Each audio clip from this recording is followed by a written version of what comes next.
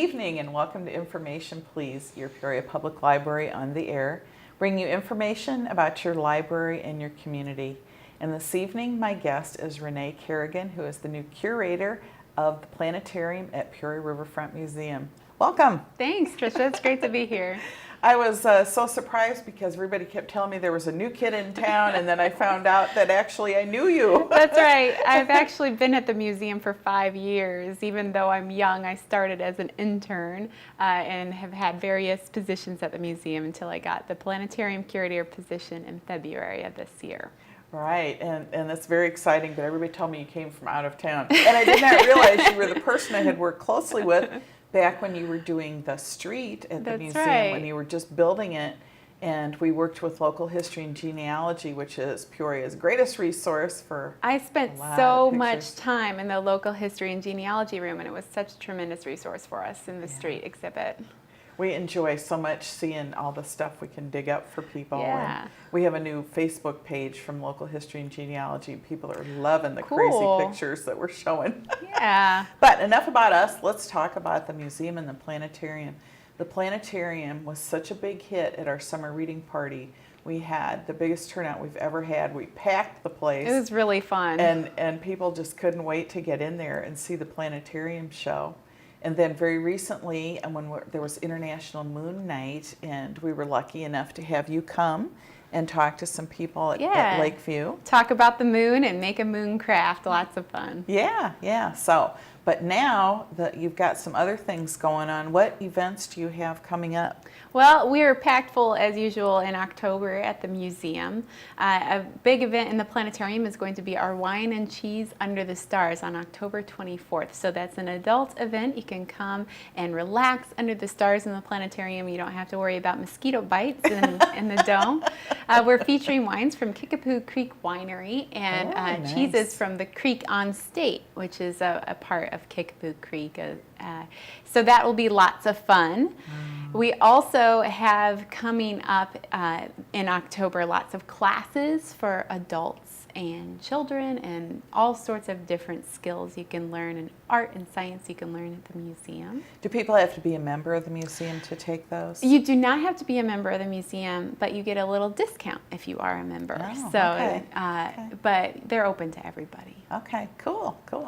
And then we have the whole Halloween season coming up. That's right.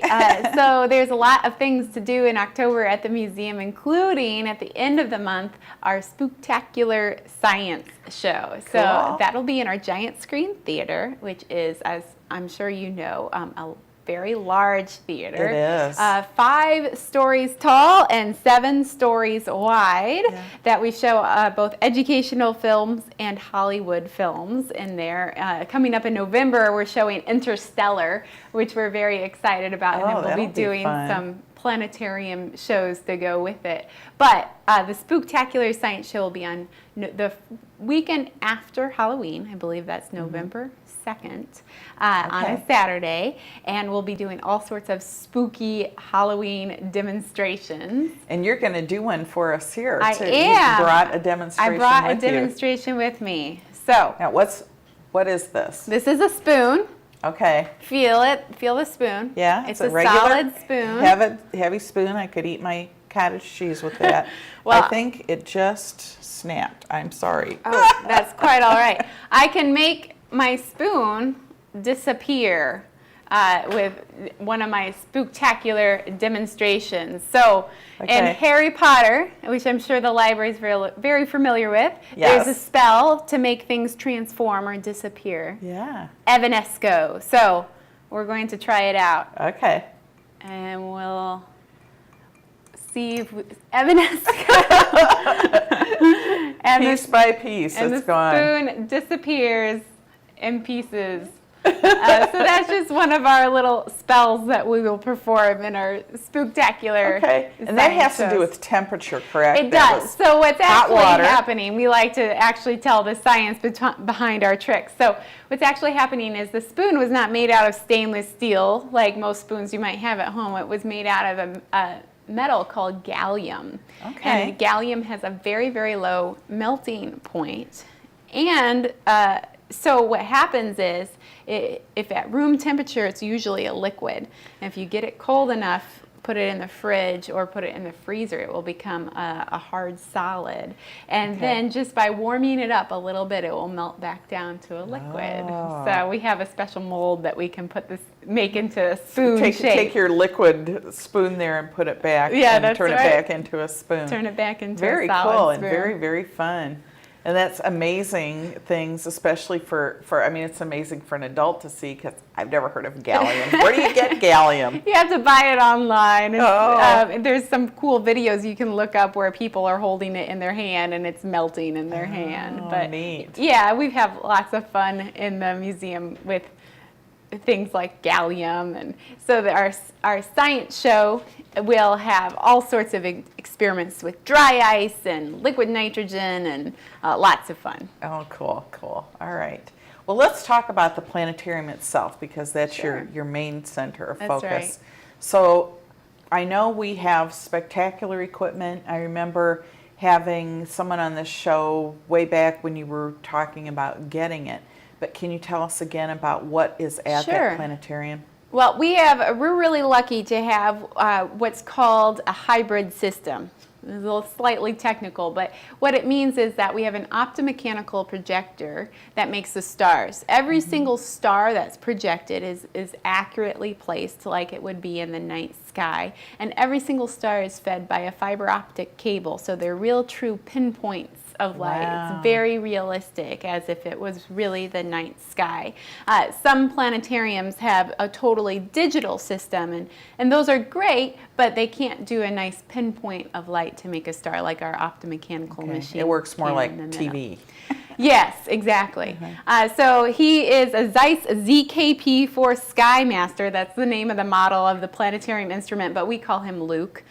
Luke Skymaster makes the stars. And then since it is a hybrid system, we also have that digital component. So we have 5 digital projectors that map the whole dome. And so they make the full dome shows you maybe have seen in the planetarium, where it seems like it's surrounding you and you have a very immersive view of whatever we happen to be showing in there that day. Neat. One of my favorite things that we have in the planetarium, and that we actually did for the library on the reading night that we did our recently. summer reading party for the summer readers. Yeah, we did demonstrations with our UniView software, which is a digital database of the whole universe. And it's updated frequently, and it's all based on real scientific data, but the visuals are stunning, and I can actually pilot around using an Xbox controller. Neat. So those are my favorite programs to do with folks, and we use it quite a lot in the planetarium. Neat. Are there special shows going on this fall and winter? Yes, we have a new schedule that started in September, but so shows that talk about the current sky, we do those every day at 2:30, Stars over Peoria, as well as a show that will be going along with our fall exhibit, which has opened, and it will be open through January 11th, called Impressionism into Modernism, a Paradigm Shift in American Art. And we wanted to make a planetarium show to tie in with that. And it's kind of tricky because we're all about science in the planetarium. It's kind of hard to figure out how to tie into an art program. So instead we focused on this idea of a shift in people's thinking. And our show is about shifting understanding of the universe. So how from the very early folks thought that the stars were so close that if they just climbed a little higher, they'd be able to reach up and touch them, to the Greeks believing that the earth was in the center of the universe, to the Renaissance, when finally the heliocentric, the sun-centric model of the universe, of the solar system was accepted. But even then, people thought that maybe our solar system was the universe. So then the broadening of understanding of how big our galaxy is, to the understanding that there's other galaxies in the universe. Our Milky Way isn't the whole universe, and just all the way now to where we actually have telescopes that can see to the edge of the observable universe, and talking about that. So well, that sounds like an absolutely spectacular overview of astronomy from A to Z. And how long does that show last? That's about a 30-minute show. It's a live show. 30 minutes to cover the whole history. Yeah, it'll be a brief coverage of the history of our understanding, but lots of fun, and hopefully we make it so that it's approachable to all ages. You certainly don't have to be an expert in science or astronomy to come to the planetarium and learn about space. Well, and it's a subject that everybody needs to know about these days. You can't ignore that world out there. Absolutely, and I really highly encourage people to just look up. You know, so many people, I think, they don't take the time to look up and look at the stars, and maybe even notice that the stars aren't the same every night, that the constellations change with the seasons. And it is kind of hard to see the stars in the city, but you can still make observations, and so we encourage people to try to more closely observe the world around them in the planetarium. And I think that people also are amazed when they've been in the city all the time when they go out where it's dark. Absolutely. To see what's out there. Yes, out where I live, I noticed in 30 years that the wind farms now light up the horizon all around me. So I can't see the horizon the way I used to, but I can still look up and see a lot of the night sky. Anywhere you get out of the city, just maybe 20 minutes in any direction, you really have a pretty good view of the night sky. I grew up in Kickapoo, which is mostly farmland out there, and this is a really excellent view of the night sky. You can see the Milky Way and a lot of stars, more than you can see in Peoria. But even in Peoria, if you learn just to observe the planets, for example. You can see Mars and Saturn right now, and the moon changing every night. You can see a lot of the brightest stars in Peoria. We definitely still have a night sky. We're lucky. We're not as bad as someplace like Chicago, where you can't hardly even see the moon. It'd be nice if they'd install all the light pollution things so light only shone down everywhere. Right. But I don't know that that's going to happen. Save us energy and save our night sky. So we promote that as well at the museum. Yeah. I think the other great thing for astronomy and observing the sky has been social media, because a lot of news gets out that I don't think people heard before about, what sort of moon it is. Sure. It's a blue moon or it's the blood moon. Right. And people publish all these legends and things, and they get passed around. And I don't think that those were widely known before. I think social media is a great tool. We use it a lot at the museum. Our Facebook page, we post a lot of facts about watching the sky. And actually, I have a blog that I write for the planetarium called starsoverpeoria.blogspot.com, and I post almost every Monday something about what you can see in the current night sky, or maybe some current sky news and that sort of thing. It's a really fun way to sort of be more informed about what's happening in space or in the night sky. Oh, it is. And I remember when my mother bought my children this little electronic device that you could take out and see what the sky was like, and everybody can get it on their phones. Yeah, you can. I like those apps if they make people more interested. What I don't like about them is when people take their phone and they hold it up to the sky and they look at the constellations through their phone instead of just trying to look up in the night sky and see what they see. Right. Yeah. Well, what I always look at around my house is Orion. I love to find Orion and where he moves around different times of the year, but a certain time of the year he's always right over my house, and I'm driving down the road and there's Orion welcoming me home. He's a nice easy one to spot. Right now you'd have to wake up really early. Can't not see up him until now. like 2 a.m. right now, or 3 a.m. right now. Yeah, that gets the time of year when he's over my house early in the evening when I'm driving home. Yeah. So that's fun. So what are some of the spectacular things that people want to look for in the night sky in October, November, December? Well, the planets that will be visible, Mars is set in October, but you can see the planet Saturn, and it will be moving across the sky, so looking like a very bright star, but of course it's not a star, it's light reflecting off of the planet Saturn, second largest planet in our solar system. And the constellations that you can spot in the fall are some really fun constellations. There's Andromeda the Princess, who was chained to the seawall to be a sacrifice to the sea monster Cetus, the sea monster in Greek mythology. And Cetus is a constellation you can find in a dark sky. And then her parents are in the sky as well. Cepheus the king and Cassiopeia the queen. Those are constellations you can find in the fall. And you can also find her hero who rescued her from the sea monster, Perseus the hero. So there's a whole soap opera in the fall going on sky up there in the sky. Yeah. Great way to introduce the family to mythology. Exactly. As well as astronomy. All of the constellations that we teach here in the Western civilizations like the United States are based on Greek and Roman legends, but all cultures from all over the world have different sets of constellations, and that's something we like to teach about in the planetarium as well, that every culture has a different story to tell in the stars. I guess I didn't really ever think about that, but it makes absolute sense. So the planetarium can do that as tell. Well, we have the pictures that we show are always the Greek and the Roman pictures, but we do tell the stories from other legends, other cultures.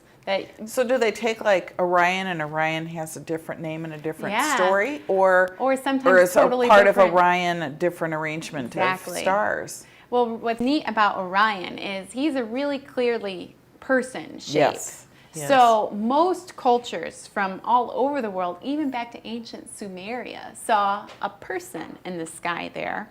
And in Sumeria, they called Orion Gilgamesh, the epic hero.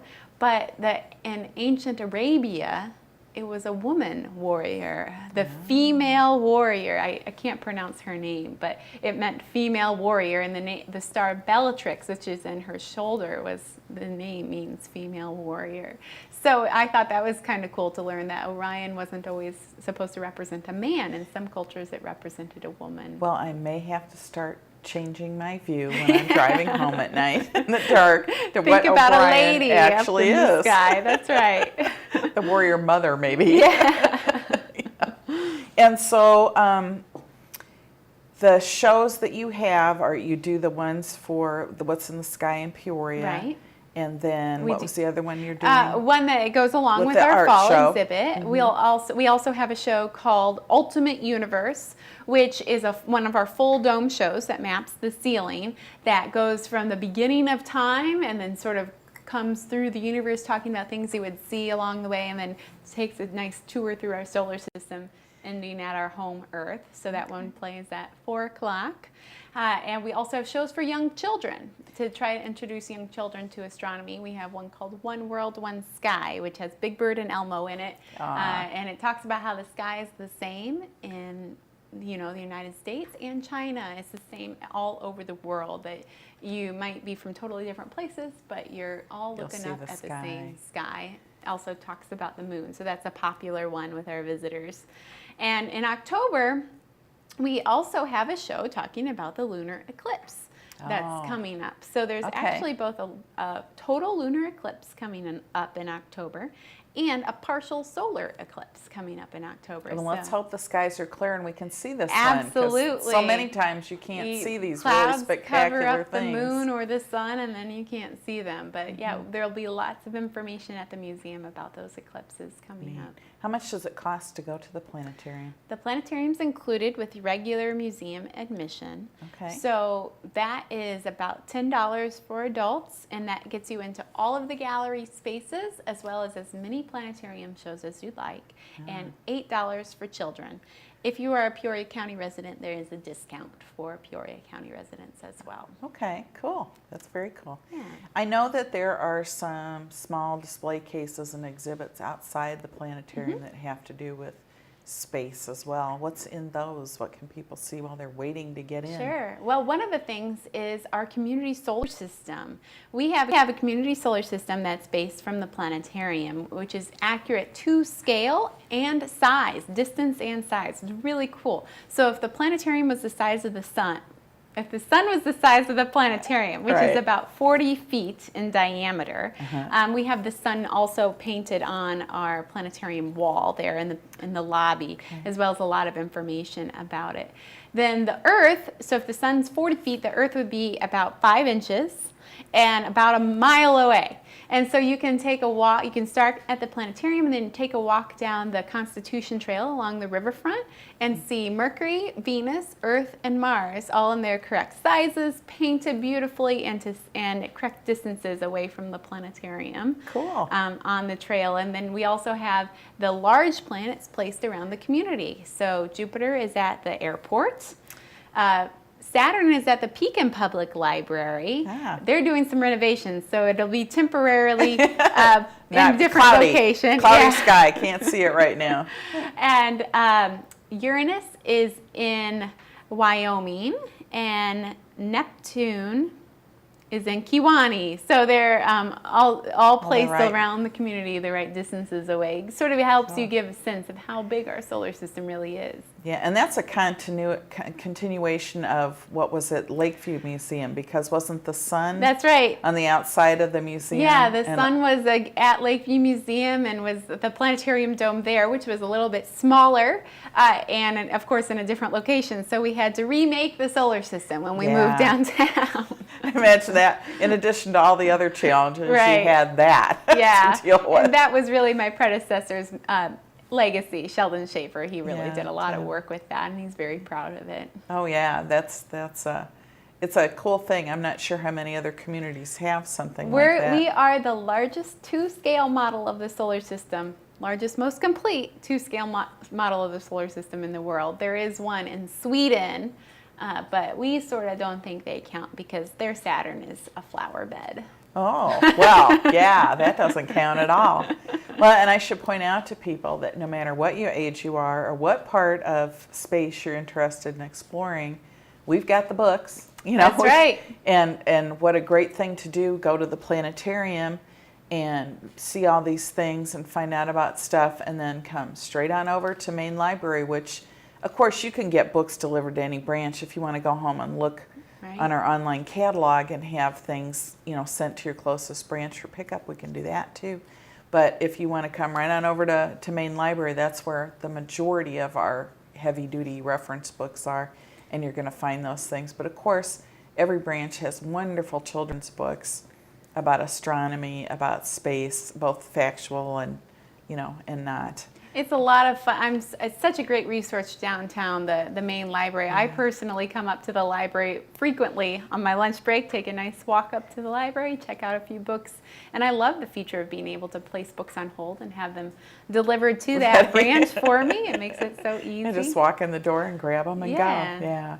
Well, that's good. I know a lot of people who work downtown do use us even as a lunch spot, because we have our lounge. You can bring your carry-out food or your brown bag, and you can sit in our lounge and eat your lunch and have your soda or your juice or whatever, and read about space if you want to. That's right. I'm sure we have plenty fictionalized accounts of space, everything from the original Star Trek DVD TV series to whatever the latest and greatest. I know there's wonderful even YA audio books and things that are based in space. Yeah. Did you read much space adventure or watch when I you were was growing up? always loved science fiction, and my dad was a huge Star Trek fan. I remember The Next Generation was on when I was growing up, and my dad would watch it, and my favorite was Geordi with his visor, because I loved reading Rainbow. Oh yeah, he did and Reading he Rainbow was on also. Reading Rainbow, so I was always asking my dad, why does that guy from Reading Rainbow have that funny glasses on? But so when I interviewed at the museum for an intern back when I was at Bradley University, part of my interview was they asked me not if I liked Star Trek, but which my favorite Star Trek captain was. Oh. Because they were looking for a geek. And so I was able to say, well, Jean-Luc Picard, of course, and helped me get my internship. So So there is value to knowing Star Trek inside and out. Absolutely. And I hate to tell you that I was given as a gift a book this thick that has a electronic thing in it. It's page after page of quizzes where you have to answer yes and no, and I usually win. But of course I grew up with the original TV show. Sure. That was my early experience, but still do love all that. Is there much chance of seeing any of the great sci-fi classics on the big screen theater ever? Yes. Coming up, I think I mentioned that we have the movie Interstellar coming out, which will be really cool. It's a fictional story, but it is based on writings by Kip Thorne, who was a theoretical writer who used a lot of real physics ideas in his writing and based a lot of Einstein's work. So it will be really exciting to show that in our giant screen. And leading up to that, we're hoping to have a space week where we do a lot of science fiction classics. And of course, a lot of components in the planetarium as well. So you could see a planetarium show that goes along with the movie you're going to see. So spend the whole day. That'll be great. We're getting really close to being out of time. So I want you to tell people again what hours the planetarium is open. Sure. We are open anytime the museum's open. Our museum hours are usually from 10 to 5, Tuesdays through Saturdays, although Saturdays sometimes we're open late until 7 p.m. And then on Sundays we're at noon to 5. And then we have planetarium shows throughout the day. So there's about 5 shows a day usually that you can come see, and come to more than one if you like. And what's the website? Peoria Riverfrontmuseum.org. And there's plenty of information about our planetarium on our website. Great. Thank you so much for taking time out of your day to come and talk with us. Well, thank you so much for having me. It was a lot of fun. Yeah. Be sure and check the website for the Peoria Riverfront Museum and Peoria Public Library to find out about all the great things that are going on. We have probably 100 events every month at the library. You can find those all on peoriapubliclibrary.org. And the museum is a great value for what you get when you go there. So we'll see you next week on Information Please.